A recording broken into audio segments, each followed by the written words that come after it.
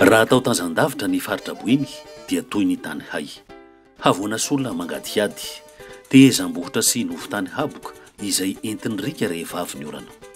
Ny tany manta, ny tanety sy ny renirano dia tototry ny fasika. Ka ny faritra boiny dia anisan'ny faritra ianjadian'ny fiantraikan'ny fiovavan'ny toetrandro. Fiovavan'ny toetrandro ity zany amin'izao fotoana izao dia efa tena hiarany koa aty amin'ny commune amin'izao fotoana izao zany hoe ny fambolena dia na simba ny orana na tsy misy orana mihitsy. Hiatrena izany toe-javatra izany dia manolotra vahaolana ny GIZ Prosol miara-miasa amin'ny SDMAD sy ny ONG Mazava izay misehatra any amin'ny commune ambanivohitra toa ny manerinerina, tsara mandroso ary an-dranofasika. Dia tsinona izany fa ny famelomana sy ny famerenana ny tsiron'ny tany amin'ny alalan'ny agroekôlôjia izay fanentanana ny tantsaha hampiasa zesipahatra na hanamboatra komposta ary hitrandraka ireo tanety midadasika fa tsy hionona amin'ny baibo intsony. Izany dia arahana fanajariana ny tany araka ny tsipimira abo.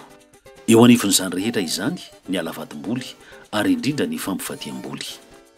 Fampifadiam-boly zany aty amin'ny faritra boeny dia tafiditra indrindra amin'ilay fanatsarana sy fanamasahana ny tany. Satria zany aty amin'ny boeny indrindra eto amin'ny faritra manerinerina le toerana somary baibo ambonimbony dia lairin'le fikoan'ny rikan'ny tany sy ny tsy famasahan'ny tany intsony.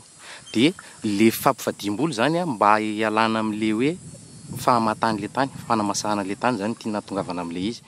Mihatsara ny tsiron'ny tany lavavolo ary miverina ny tsiron'ny tany efa nilaozana rehefa nampifadiana amin'ny soja na tsaramaso, ny antsiroko, ny voanimba, mokona ary ambatrina kazanusa, ny katsaka sy ny vary an-tanety.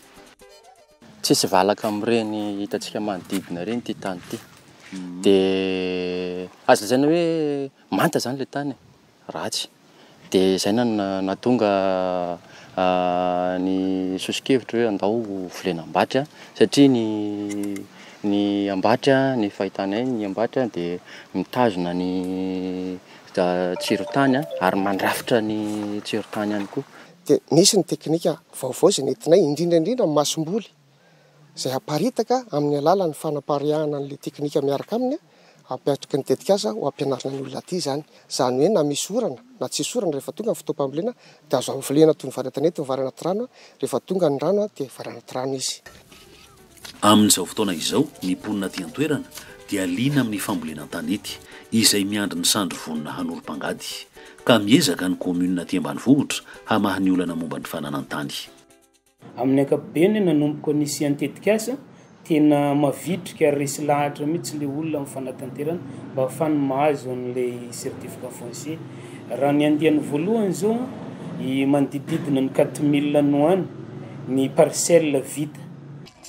Hanamafisana ny fanentanana ny mponina dia nikarakara karavanina sy sary mihetsika amin'ny tendvohitra tany amina fokotany telo atao amin'ny commune manerinerina ny tetikasa. Karavanina izay narahana tafasidinika ary nofaranana tamin'ny fandefasana horonan-tsary momba ny agroekôlôjia sy ny fampandrosoana ny tontolo ambanivohitra amin'ny ankapobeny.